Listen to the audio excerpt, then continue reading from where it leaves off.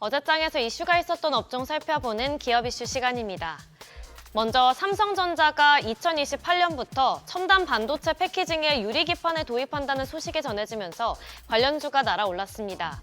구체적으로 실리콘 인터포저를 글라스 인터포저로 대체하는 것이 골자인데요. 글라스 인터포저는 초미세 회로 구현이 용이해서 반도체 성능을 더 끌어올릴 수 있고 실리콘보다 생산 비용도 줄일 수 있습니다. 이처럼 삼전의 유리기판 로드맵이 확인된 건 이번이 처음인데요. 삼전이 글라스 인터포저를 도입하는 건 AI로 늘고 있는 첨단 반도체 수요에 대응하기 위한 것으로 풀이됩니다. 파운드리 사업을 하고 있는 만큼 차세대 기술을 준비해 제공하겠다는 전략인데요. 또 자체적으로 만드는 시스템 반도체나 HBM에도 활용할 가능성이 있는 것으로 보입니다. 마감 상황 보면 PIE 26% 넘게 시세 분출했고요. 한빛레이저 16.24%, 피롭틱스도 16% 넘게 올랐고 램테크놀러지 14.06%, YC캠도 10% 넘게 시세 분출했습니다.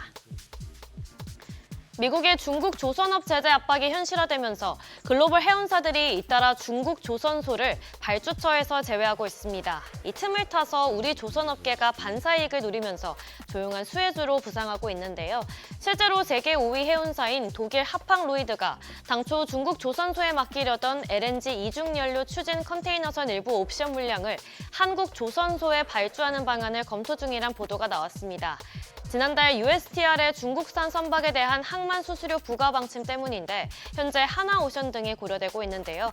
뿐만 아니라 일본과 인도 해운사들도 우리 조선사와 계약을 맺는 등 비슷한 흐름을 보이고 있습니다.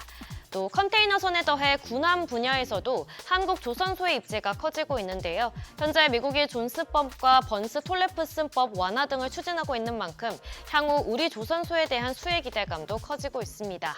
마감 상황 보면 현대힘스 26% 넘게 시세 분출했고요. 동반선기와 오리엔탈전공 모두 7% 넘게 강세 보였고 HD 현대마린솔루션 5.61%, 삼형엔텍도 4% 넘게 상승으로 마감했습니다. 한편 노보노디스크의 위고비 돌풍이 불면서 지난 1분기 국내 비만 치료제 시장이 분기 사상 처음으로 1,000억 원 시대를 열었습니다. 국내 출시 이전부터 일론 머스크 테슬라 CEO 등 해외 유명인의 체중 감량 비결로 입소문을 탄 위고비 판매가 급증한 영향이 컸는데요. 이에 따라 위고비는 1분기 매출 794억 원을 기록하고 시장 점유율은 73.1%에 달했습니다. 그러면서 기존 강자인 싹센다를 제치고 부동의 1위에 올랐는데요.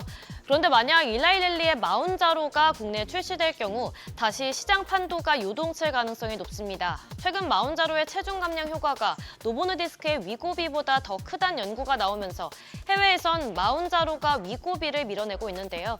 또 우리나라 기업들의 비만 치료제 도전도 최근 긍정적인 임상 결과들이 나오면서 주목을 받고 있죠. 관련 시장에 대한 기대감에 관련주가 날아올랐습니다. 마감 상황 보면 먼저 마이크로니들 전문 기업 라파스는 패치형 비만 치료제 임상 결과 소식이 전해지면서 상한가 기록했고요.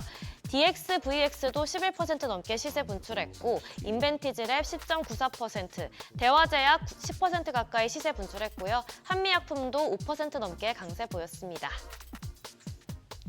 마지막으로 계속해서 코로나19 관련주가 급등하고 있습니다. 중국과 홍콩 등 아시아에서 코로나19가 다시 확산하고 있기 때문인데요. 특히 중국에선 코로나19 유행이 현재 정점에 있다는 분석이 나왔으며 최근 미국에선 코로나19 변이가 발견된 것으로 나타났습니다. 이런 가운데 모더나가 새롭게 업데이트한 코로나19 백신에 대해서 미국 식품의약국에 판매 허가 신청서를 제출했는데요.